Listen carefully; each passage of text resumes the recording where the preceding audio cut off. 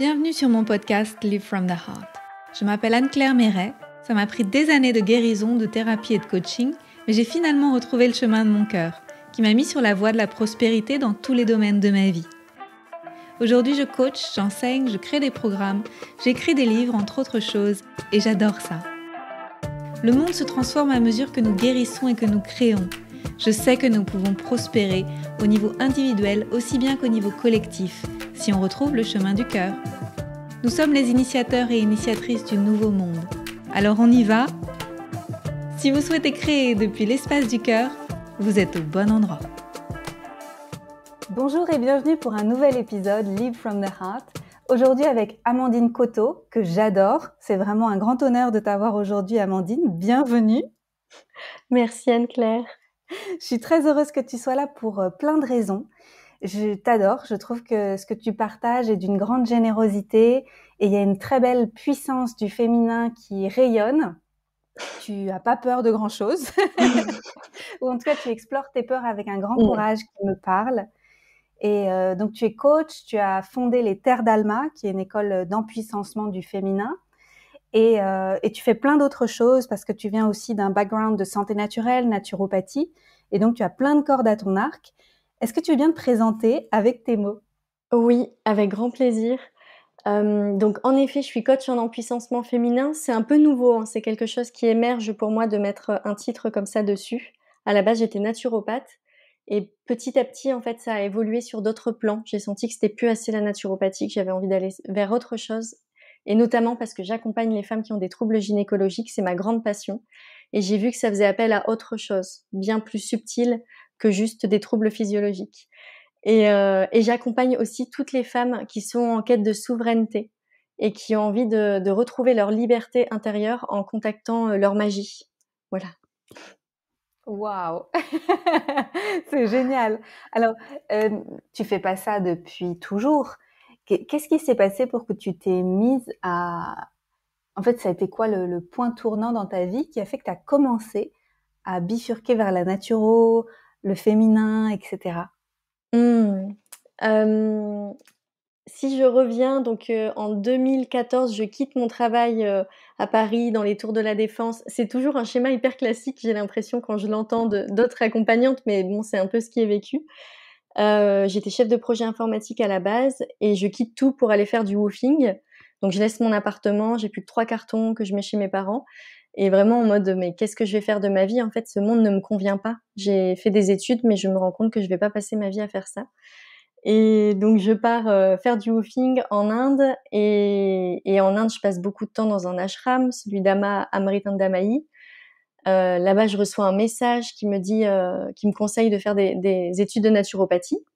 Donc là, on est sur quelque chose de subtil, hein. Vraiment, c'est un message divin qui m'est envoyé. Et ensuite, je continue, je chemine dans l'Inde, je vais dans l'Inde du Nord. Et à un moment, dans une méditation, je reçois un message qui me dit d'aller au Pérou pour faire une retraite. Donc je pars 3 semaines au Pérou. Et en fait, quand je suis revenue en France, j'ai fait mon école de naturopathie, qui pour moi rassemblait un peu tout ce que j'avais vu à l'étranger dans la médecine, dans une autre forme de médecine, une médecine de l'âme plus. Et je me suis retrouvée dans la naturopathie parce que je trouvais que ses fondements, ils permettaient d'incarner ça, en tout cas en Occident.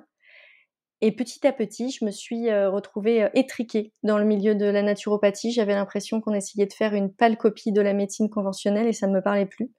Et surtout, j'ai senti que mon âme, elle avait juste envie de se libérer un peu plus. Et comme on me taquinait souvent, les personnes qui m'accompagnaient me taquinaient sur le manque d'énergie féminine à l'intérieur de moi, j'ai commencé à cheminer là-dedans et j'ai découvert plein de clés, plein de pistes et surtout j'ai découvert que j'avais déjà cette énergie féminine à l'intérieur de moi, qu'elle était hyper puissante mais juste endormie et qu'elle attendait qu'une chose, c'était de se réveiller. Et voilà, et j'ai envie maintenant de transmettre tout ce que je comprends en fait. Dès que je comprends quelque chose, je le transmets. Waouh. Alors, ça a l'air hyper facile quand tu le racontes comme ça. Tu vois, on sent que c'était tac, tac, tac, tac, appel du cœur, t'y vas, appel du cœur, t'y vas. Est-ce qu'il y a eu quand même des résistances du mental ou des difficultés ? Ah oui, Oui, oui, oui. Heu les résistances, bah, oui, beaucoup, mais en effet, c'est important de montrer, ce qui se passe dans la réalité. C'est pas tout doux et moi, je suis pas quelqu'un qui, j'apprends de plus en plus à aller dans la douceur, mais en fait, souvent, la vie m'envoie des claques énormes, que ce soit des accidents de voiture, on me renverse, des ruptures sentimentales, donc tout ça vient de chaos profonds et c'est pour ça que tout le chaos actuel qu'on peut vivre, oui, il est difficile, mais je sais moi par quel type de chaos je suis passée et des choses où vraiment j'ai eu envie de mourir. Enfin, des choses où je suis partie loin dans mes profondeurs et dans mon côté sombre.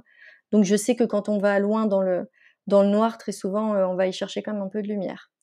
Voilà, donc c'est des phases de transformation où moi, ce que je conseille de toute façon à toutes les personnes qui le vivent, c'est d'oser plonger à l'intérieur de soi et si on en a besoin ou si on ne sait pas encore le faire, de se faire accompagner, voilà. Mais en effet, il y a eu plein d'étapes dans ma vie et ce que je commence à raconter de plus en plus en ce moment et qui me semble important, c'est que, tu vois, quand on me voit de l'extérieur, souvent on se dit, «Waouh, elle assume tellement tout ce qu'elle fait, cette personne est incroyable».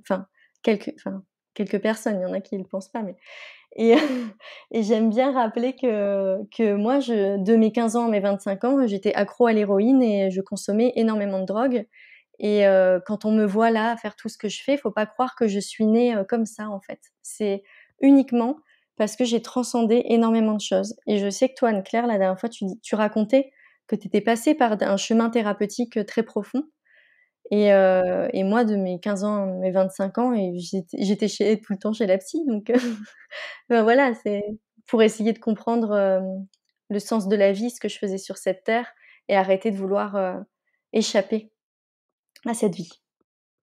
Waouh! J'ai une citation en tête, mais je me rappelle plus des mots exacts. Peut-être tu la connais aussi. C'est il faut du chaos en soi pour accoucher d'une étoile ou quelque chose comme ça. Waouh! Ah, je la connaissais pas, mais Et et c'est très beau. Ça me fait penser à toi, tu vois, quand tu partages ça. Et comment tu t'es relevée? Qu'est-ce qui a fait que tu t'es dit, maintenant je vais en Inde en fait? Tu sais, qu'est-ce qui s'est passé en toi pour que tu te dises, j'arrête de m'entêter à mener une vie qui n'est pas la mienne et je vais me trouver. mmh, hem, je sais pas si ça a été un choix personnel de ma part. J'ai vécu vraiment une rupture sentimentale et une rupture avec le système et je pense que c'est juste un appel de mon âme et que j'ai aussi ce caractère où, si je me sens appelée, les peurs, je les écoute pas forcément. Quand je suis allée en Inde, bah, j'ai fait une crise d'angoisse avant de partir. Je me suis dit: «Tout le monde va me violer, je vais mourir». Vraiment le truc, j'ai eu énormément de peur, mais je les écoute pas forcément mais maintenant je les écoute plus, mes peurs, pour qu'elles puissent être digérées et que les choses soient vécues beaucoup plus simplement, mais il y a un côté tête brûlée chez moi. En tout cas, pour les personnes qui sont pas tête brûlée et qui se disent: «Bah, oui, mais moi les peurs, je les entends», bah, on peut, très bien, dialoguer avec elles et c'est ce que en plus tu transmets énormément Anne-Claire et que j'adore dans ta formation, parce que je l'ai pas dit, mais je fais ta formation, Live from the Coach, moi je sais pas comment dire en anglais. Coach from the heart.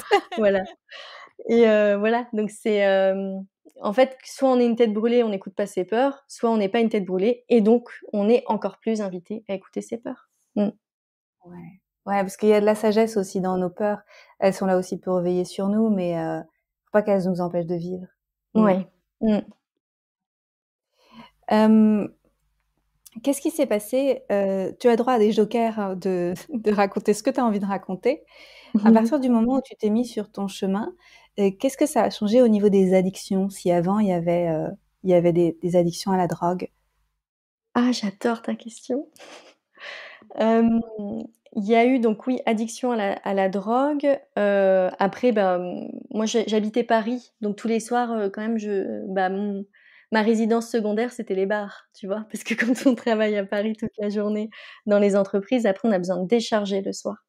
Donc je buvais de l'alcool, mais un peu comme tous les Parisiens, qui sortent mais après il y a pas eu d'addiction. Je dirais qu'il y a eu une addiction à la spiritualité. Quand j'étais en Inde, par exemple, mais tous les soirs, enfin, j'étais à la puja, donc c'est vraiment des cérémonies rituelles pour se connecter à l'énergie divine et j'avais besoin de me connecter au divin et à des états très secondaires. et subtil, très fort. Et donc ça, j'ai ressenti à un moment que je m'envolais vers l'au-delà ou vers autre chose, pour quitter la matière. Et petit à petit, j'ai eu envie de redescendre dans la matière.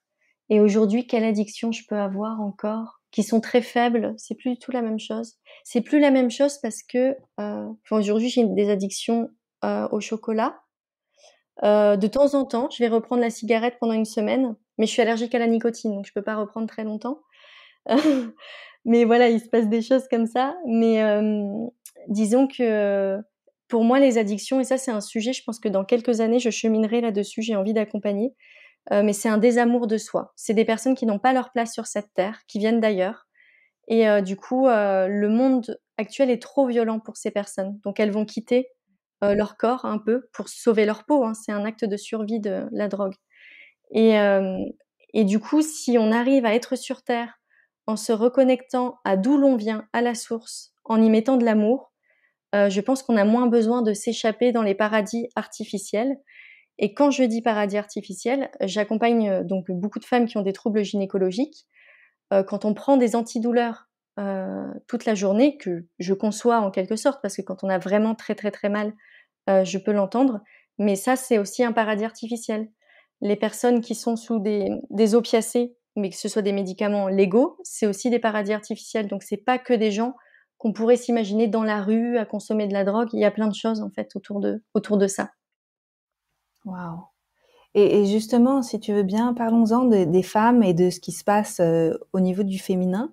Il y a quand même énormément de troubles gynécologiques, troubles féminins, notamment en première ligne l'endométriose, dont on parle énormément depuis quelques années. Une femme sur 10, minimum touchée, en tout cas diagnostiquée. C'est terrible en fait ce féminin blessé, tellement blessé sur des générations, qui a somatisé à fond et qui aujourd'hui est en grande souffrance en fait. Oui, exactement, et c'est un des sujets pour lesquels, aujourd'hui j'accompagne plus uniquement en naturopathie, mais c'est sur des programmes, un programme global et pas que sur le corps physique, où il y a d'autres dimensions en fait dans lesquelles j'accompagne, notamment l'empuissancement. Parce que, à mon sens, une femme qui a des troubles gynécologiques, il y a une part d'ombre à l'intérieur de son bassin. Il y a quelque chose qui brûle et c'est pas un feu sacré, c'est un feu destructeur. Et en fait, c'est toute cette partie, tous ces parties qui ont été, mises de côté, bafouées et qu'elle est invitée aujourd'hui à recontacter. Et c'est pour ça que moi j'aime autant les femmes qui ont des troubles gynéco et que je bénis mais vraiment l'endométriose. Et je sais qu'à chaque fois que je dis ça, on me regarde avec des yeux, mais parce que je sais que c'est ça qui va permettre l'éveil des consciences et l'éveil du féminin. Chaque femme qui va puiser à l'intérieur de son bassin, elle a accès à des trésors à l'intérieur. Et souvent dans les accompagnements, je vois quand on fait des séances, des méditations, hem, alors que je guide pas du tout là-dedans, hein. Les femmes me disent: «Mais j'ai vu de la lumière dans mon utérus». Et c'est un classique mais oui, en fait, c'est ça qui est en train de se jouer en ce moment, donc c'est pas évident de sortir de ce système, là où on va plutôt dire: «Ah, sale maladie» ou «Ça fonctionne pas en moi, qu'est-ce qui marche pas?» Mais c'est une invitation à aller dans l'au-delà et surtout à prendre sa place. Et tu vois, j'écoutais là juste avant, c'est drôle, une chanson d'Imani, qui était dans le film de Yann Arthus Bertrand, Woman, où elle dit, c'est une chanson qui parle justement des femmes pour qu'elles reprennent leur pouvoir. Et dans cette chanson, elle dit: «Bah, je vais reprendre le pouvoir qu'on m'a volé». Et je comprends ce qu'elle dit quand elle dit ça. Mais moi, j'ai aussi envie de dire, c'est le pouvoir, c'est pas qu'on nous l'a volé, c'est que nous, on l'a donné aussi. Ah Et là donc là, ça me parle. mais ouais, c'est ça, hein. Il y a les 2 en fait. Il y a les 2 qui se jouent, mais si on reste que dans la position: «On m'a pris mon pouvoir», on peut pas s'empuissancer parce qu'on est coupé de notre puissance. Alors que si on recontacte: «Oui, j'ai donné mon pouvoir à quelqu'un et je le reprends», bah, c'est OK en fait au final. Mais c'est un cheminement, c'est un processus et surtout, je sais qu'il y a beaucoup de femmes sur le chemin de la guérison du féminin qui vont regarder d'autres femmes qui ont guéri ou qui vont mieux avec de la jalousie. Tu vois, en se disant: «Oui, mais elle y arrive, mais bon, si elle croit que ça tourne que autour de ça», tu vois? Vraiment le côté aigri parce que, bah, quand on n'y arrive pas, des fois, on va reprocher des choses aux autres. Et moi, j'ai envie de dire à toutes ces femmes, non, quand vous voyez de la jalousie comme ça, contactez, ce vers quoi vous avez du mal à aller pour pouvoir vous autoriser, vous aussi, à briller et à remettre, de la lumière dans ces espaces qui vont quand même accueillir, des âmes prochainement. Ouais. C'est hyper fort ce que tu viens de partager et je voudrais illustrer avec un partage personnel. Moi, pendant les confinements, là, j'ai eu des troubles gynéco alors que je suis pas sujette aux troubles gynéco. Et il y avait plusieurs choses. Je pense qu'il y a eu le manque de mouvement et tu vois des choses comme ça. Et j'étais en colère en fait parce que ça se résolvait pas avec mes problèmes, avec mes trucs de naturo. Et après, il y a eu tout ce qui s'est dit sur les gens qui se sont fait vacciner, qui pouvaient éventuellement impacter les cycles féminins, etc. Des gens non vaccinés. Et je me suis mise en colère. Et en fait, je regardais beaucoup à l'extérieur. Pourquoi j'avais ce problème, en accusant un peu le monde, tu vois. Mmh. Et puis en faisant des rendez-vous avec des accompagnants, des thérapeutes, je me suis rendu compte que j'avais beaucoup remis mon pouvoir à l'extérieur depuis le premier confinement, depuis le début, que j'étais en colère parce que ça avait interrompu ma vie comme j'avais prévu de la vivre, et que après en fait je m'étais comme écrasée, tu sais, diminuer ma puissance Mmh. parce que je peux pas bouger d'ici. Et j'ai vraiment senti que c'était ça. Et en fait, depuis que j'ai décidé de déménager, ça a changé et j'ai réglé mon problème. Ça s'est fait petit à petit, tu vois, le temps que ça s'intègre dans la matière et que physiquement ça aille mieux aussi. Mais c'est une évidence pour moi maintenant que c'est parce que cette histoire m'a désempuissancée et qu'il a fallu que je me remette, tu vois, que je me ramasse et que Ouais, je me dise, ouais. vas-y, maintenant, on va faire des choses, on va aller dans le sens de retrouver ta puissance. Mm. Ça me parle beaucoup ce que tu partages sur 2 plans. Le deuxième, je sais pas si je vais réussir à bien ouais, tu vois, le transposer maintenant.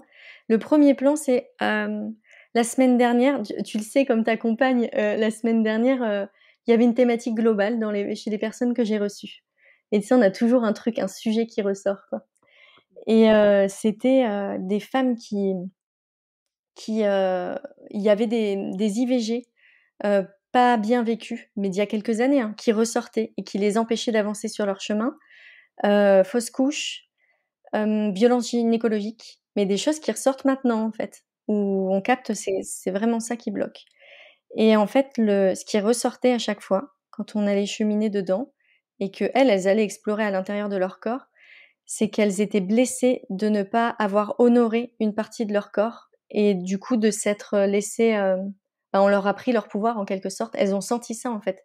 Mais pourquoi j'ai subi ça? Mais en fait, j'ai laissé des gens faire des choses sur mon corps et je donne un exemple, moi, qui m'a touchée vraiment, quoi, parce qu'il est ressorti sur plusieurs séances cette semaine-là, mais c'est, de donner un médicament et de dire aux femmes: «Faites votre IVG médicamenteuse chez vous». Donc elles arrivent chez elles avec des contractions aux toilettes ou tu vois, dans la douche et tu dois sortir ton truc comme ça, quoi. Donc tu es dans enfin, je comprends même pas qu'on puisse laisser une âme partir, parce qu'il y a une âme, tu vois? On puisse la laisser partir dans ces conditions. Ça m'a et je pense qu'en ce moment, il y a une guérison enfin moi je le ressens comme ça, vu que je l'ai vu et que je le constate, mais j'ai l'impression que les femmes, en tout cas que j'accompagne, mais globalement, se rendent compte que d'imposer, une injection expérimentale dans le corps de quelqu'un, c'est une violation du corps et que du coup, cette violation, elle vient percuter quelque chose, des blessures antérieures et qu'elle va permettre à ces femmes de guérir sur d'autres plans ce qu'elles ont vécu avant. Je sens quelque chose, tu vois, dans ce sens-là. Ça me fait penser à ça, ce que tu partages. Tout à fait. En fait, c'est le moment de récupérer notre instinct, notre Mmh. et de pas se laisser happer par cette vision qu'on peut avoir de la blouse blanche ou tu vois, d'une autorité extérieure dans laquelle on avait peut-être confiance depuis longtemps. Maintenant, c'est la confiance intérieure qui prime. Ouais. Mmh. Ouais, mais c'est un chemin, c'est un chemin. Comment toi, tu as réussi à reprendre ta confiance intérieure? Hem je sais pas, j'ai du mal à formuler ça parce que j'ai quand même l'impression que c'est beaucoup en moi. Mais si je peux donner quelques clés, quelques outils quand même, il y a la notion de avec qui je rentre en contact. Tu vois, aujourd'hui, bah, ça c'est drôle, je te le partage, je vois beaucoup de posts Facebook, «Restons dans l'unité, restons tous ensemble», tout ça, tu vois?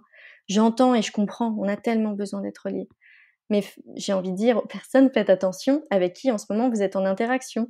Si ce sont des personnes qui sont toxiques, qui viennent vous prendre de l'énergie et qui, vous conseillent de pas écouter qui vous êtes à l'intérieur, non, en fait, coupez un peu. et reliez-vous aux bonnes personnes en ce moment. Et on a un travail de discernement intérieur à faire. Plutôt que d'éviter de vouloir plaire à tout le monde, ça fonctionnera pas pour soi. Donc déjà, moi, je pense se connecter et se relier aux bonnes personnes et, et cheminer. Et pour reprendre sa confiance, ça va être un peu l'opposé de ce qu'on pense, mais faut accepter de s'écrouler et de tomber et de faire des erreurs. Enfin voilà, on dit souvent qu'il faut se planter pour semer des graines, mais il y a cette idée-là un peu derrière. Donc à un moment, il va falloir en quelque sorte accepter d'avancer alors qu'on est dans le flou. Et aujourd'hui, il y a beaucoup de personnes qui sont totalement dans le noir. Toutes les personnes qui ne pensaient pas que ce soit possible qu'on mette en place un passeport vaccinal. Là, il y a un contre-coup qui est énorme et je le vois en fait, des pleurs, un état de frustration, un état de blocage. Heu et qu'est-ce que je vais faire demain? Donc comment on fait pour avancer avec qu'est-ce que je vais faire demain et comment on fait pour avoir de la confiance? Pour avoir de la confiance, bon pour moi la priorité c'est de se reconnecter à sa foi intérieure. S'il fait noir à l'extérieur, il faut qu'il puisse y avoir de la lumière à l'intérieur. Ça va nous aider à cheminer. Enfin voilà, je donne quelques axes comme ça, mais je suis sûre que c'est tellement plus dense ce que j'aurais envie de transmettre sur la confiance en soi, mais je pense que c'est déjà beaucoup en fait. Oui, et puis aussi cette notion de sécurité, Ouais. parce que si on se sent en insécurité à l'extérieur, on peut toujours trouver un espace de sécurité en soi. Mmh. Ouais, ouais. Euh, J'imagine que la naturopathie t'a aidé aussi à écouter tes besoins. Et quand on arrive à écouter ses besoins, bah déjà on se sent plus fort, on se sent plus puissante. Oui. Est-ce que ça a changé? Il y a eu un avant et un après naturo? Hem je dirais que c'est surtout l'Inde, moi, qui m'a transformée parce que, tu vois, c'est en Inde que j'ai découvert la médecine indienne ayurvédique. Donc là-bas, je voyais des médecins quand j'étais là-bas et chez Amma, il y a un hôpital à côté et je faisais les traductions anglais, français pour les personnes. Donc j'ai vu comment fonctionnait, la médecine indienne ayurvédique et hem, ça m'a chamboulée, en fait, parce que je me suis dit: «Mais on peut guérir de manière assez naturelle. Le corps a un pouvoir d'auto-guérison dont je n'avais pas connaissance avant. Avant, on ne faisait que me dire: «Beh non, vous pourrez pas guérir ça» ou «Ça va prendre du temps» ou «Faut attendre» ou les médicaments. Parce que du coup, j'ai été dans un process thérapeutique médicamenteux pendant un petit bout de temps avec ce que j'ai vécu et d'avoir vu là-bas la capacité de notre corps, je pense que ça a changé tout mon système de croyances. Après, j'ai vu plein de choses là-bas. J'ai vu des gens, oui, dont le corps se régénère. J'ai vu des personnes qui me parlaient de prana, tu vois? De se nourrir de lumière. Donc je sais qu'aujourd'hui, ça, c'est des sujets encore un peu tabous et c'est catégorisé comme des gens complotistes ou autres. OK, mais moi maintenant j'ai vu tellement dans ma vie de gens qui se nourrissent de lumière et qui sont praniques que je ne peux plus ne plus y croire, en fait. Et ça m'a vraiment transformée. Et quand je suis arrivée en école de naturopathie, j'ai surtout appris à appliquer, par rapport à ce que j'avais vu ailleurs. Il y a une chose qui m'a vraiment aidée à reprendre du pouvoir, je pense que c'est la symptothermie. Ça a été, aussi de savoir quand est-ce que j'ovule, de me dire: «Mais mon corps, il me donne toutes les informations pour que je puisse dialoguer avec lui».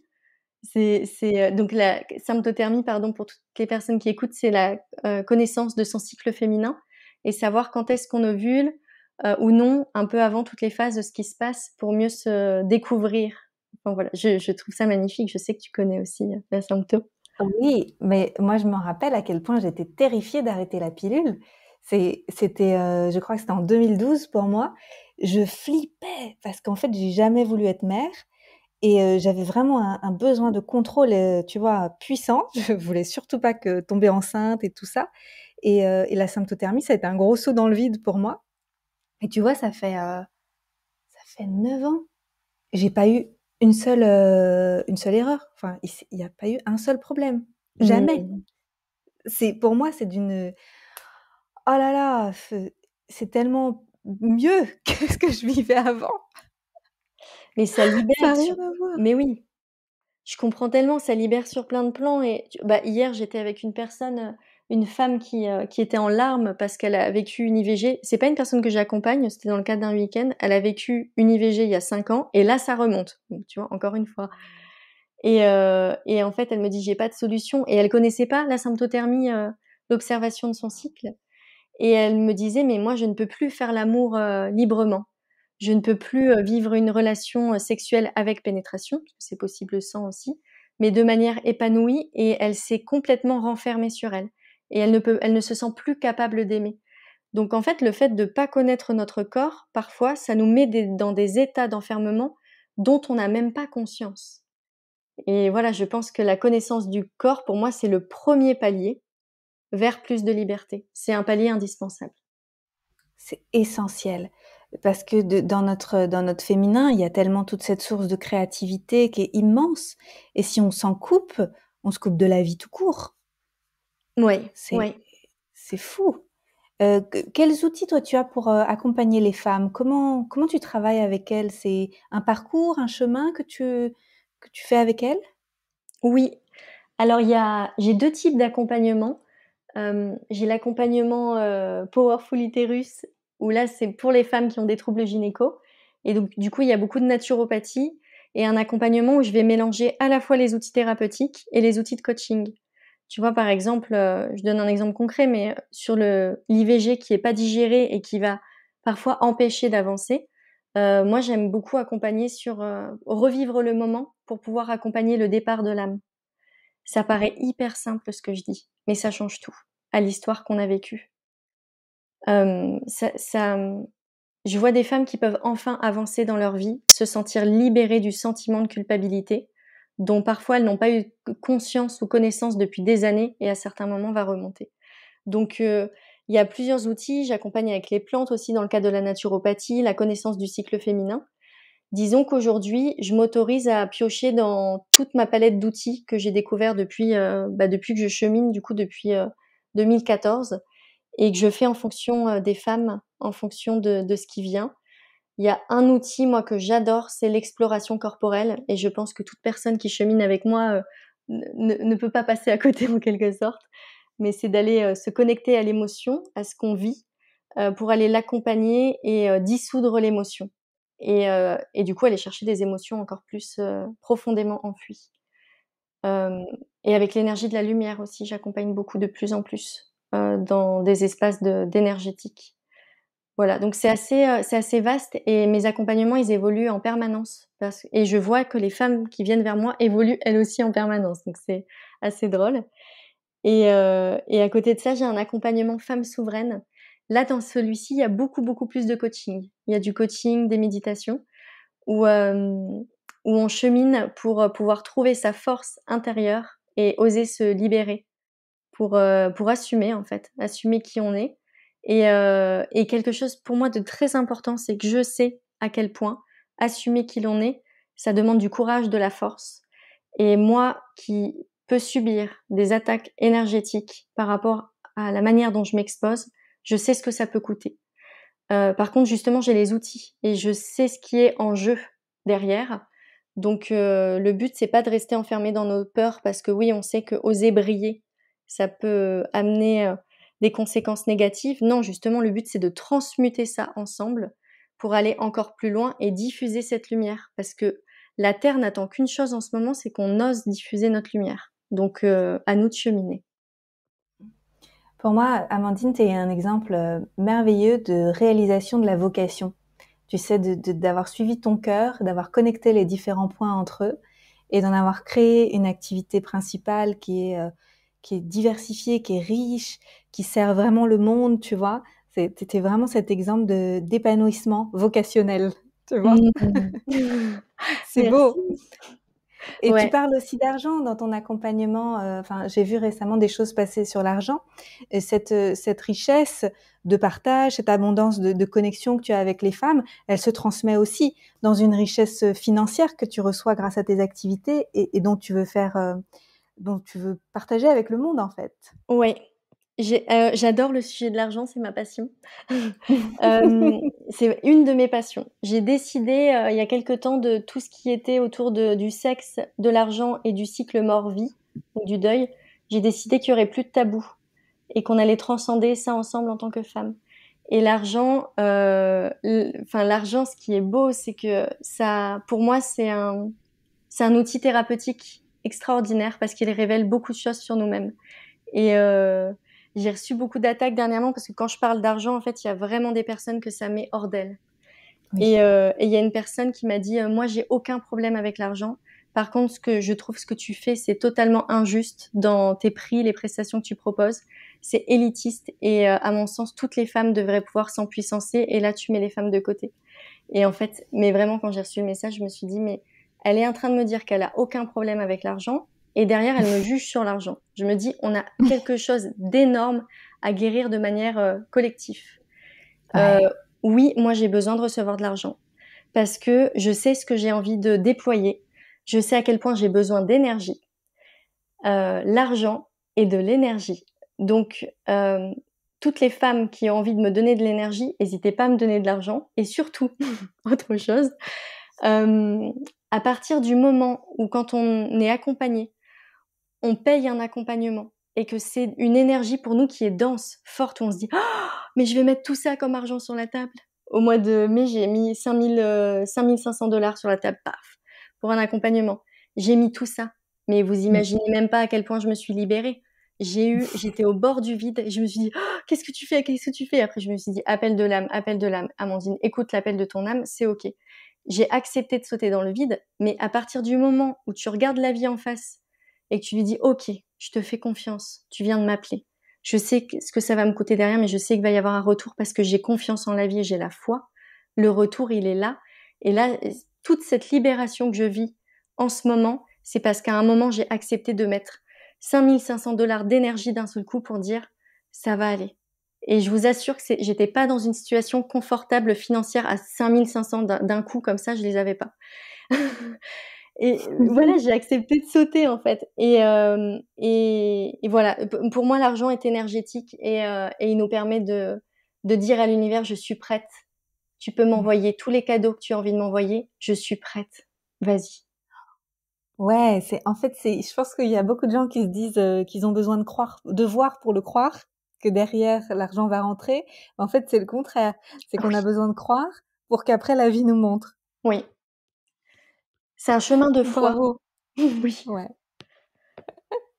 Bravo de t'être fait confiance et d'avoir fait confiance à la vie comme ça. C'est toi qui as engagé la machine. Ouais, complètement. Et cette période en ce moment est tellement donc du coup chaotique et parfois nous fait perdre pied que pour moi c'est avant tout un apprentissage à avoir la foi, même dans les moments où on doute le plus. Et c'est ça que j'en retire en ce moment. À chaque fois que je perds pied, tu vois, et ça dure de moins en moins longtemps. Moi, j'ai remarqué les moments où je perds pied. Mais quand je perds pied, je suis là, je fais «Oh, mais qu'est-ce qui se passe?» et j'ai trop peur. Et en fait, à un moment, je recontacte la foi et là, je me mets mais à remercier la source divine, toute la lumière qu'il y a en moi et je dis mais merci pour tout ce qu'on est en train de vivre. Merci de m'aider à évoluer. Comment toi tu vois que la vie elle t'aide quand tu t'aides toi-même? Quel type de synchronicité tu as croisé dans ta vie? Hem, quel type de synchronicité j'ai croisé dans ma vie? Je l'ai beaucoup vu. Pour moi, l'argent, justement, on en parlait à l'instant, c'est les plus beaux enseignements que j'ai eus justement, c'est par rapport à l'argent, que quand je suis prête à y aller, la vie va m'aider derrière.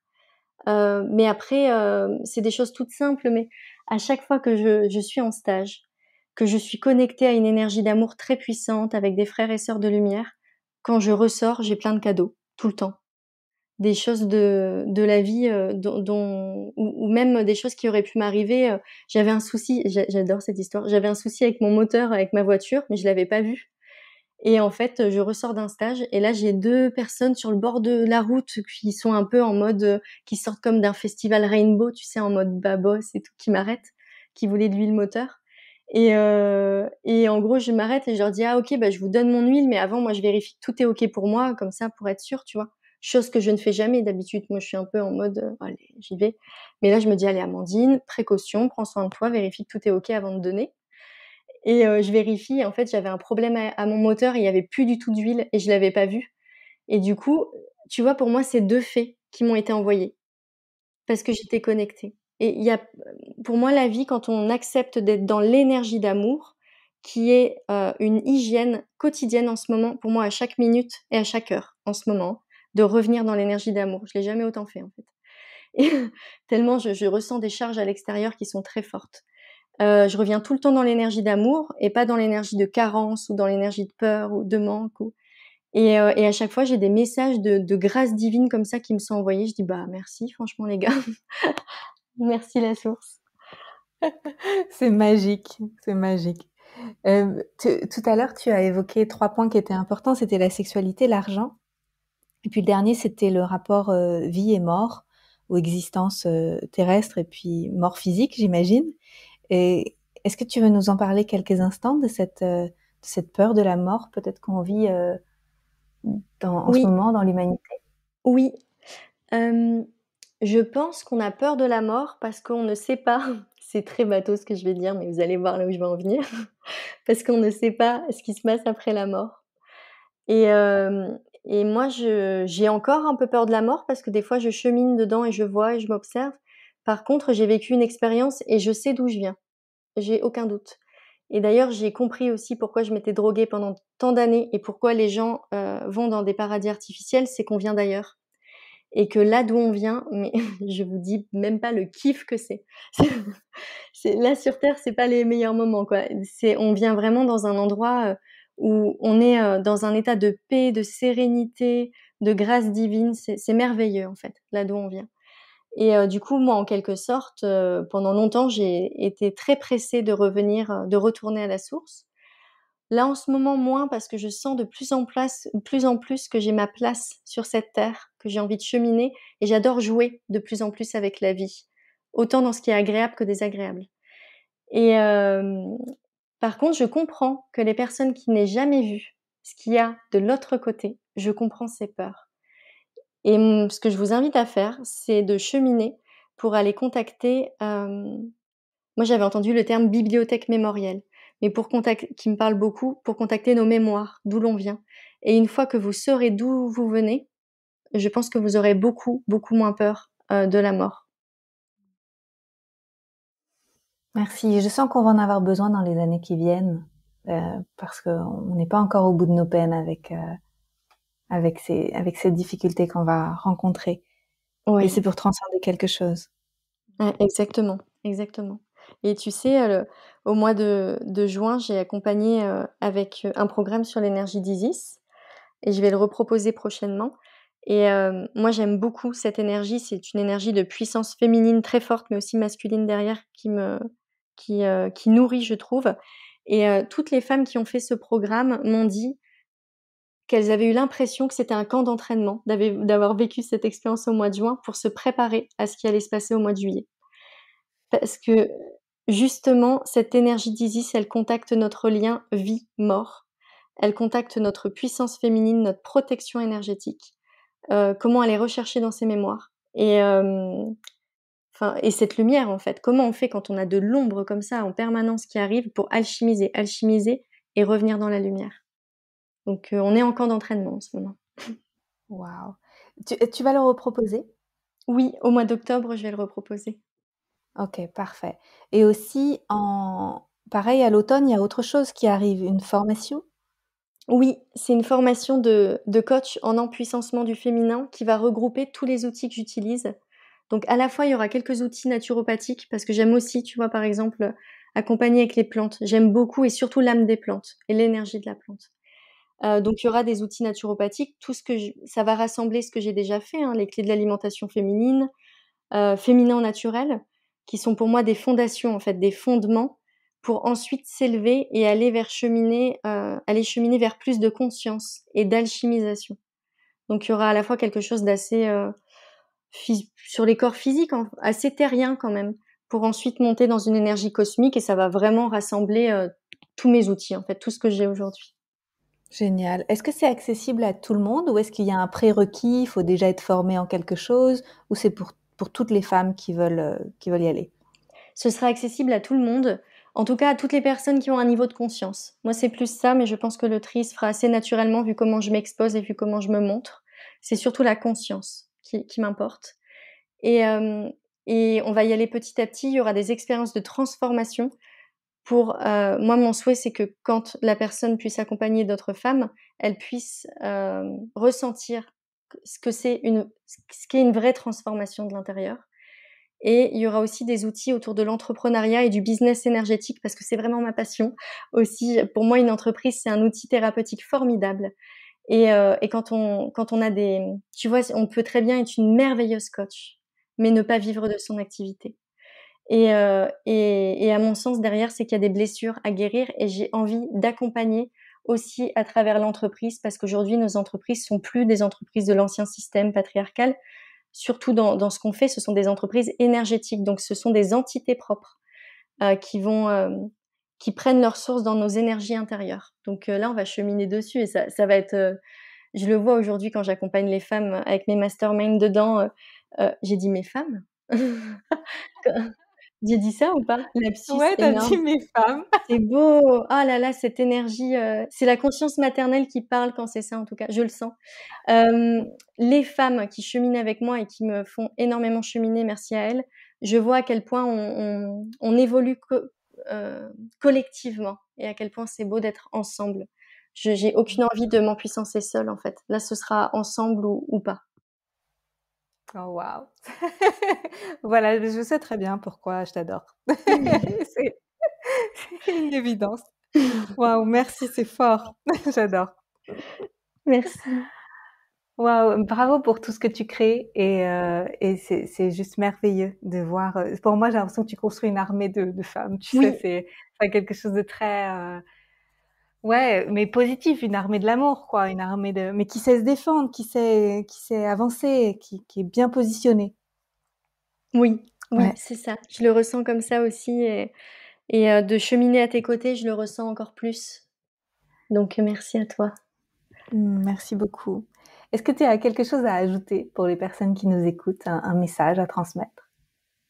Oui, j'ai quelque chose à ajouter, c'est que, Anne-Claire, je te suis depuis quelques années et je t'ai toujours vue avec beaucoup, beaucoup d'estime et je pense que je n'ai pas cheminé, tout de suite à tes côtés parce qu'il y a toujours le moment juste. Déjà ça, c'est sûr et il y a autre chose, c'est que j'étais en admiration pour toi et c'est comme si pour moi tu Merci. n'étais pas accessible.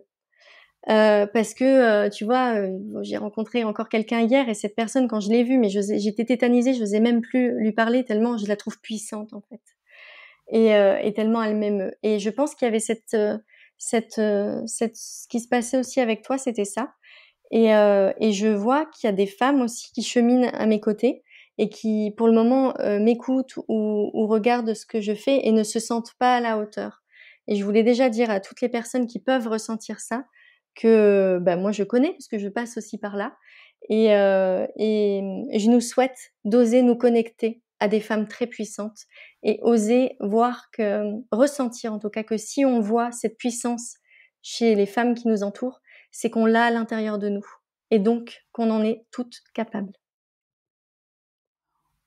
J'ai les larmes aux yeux.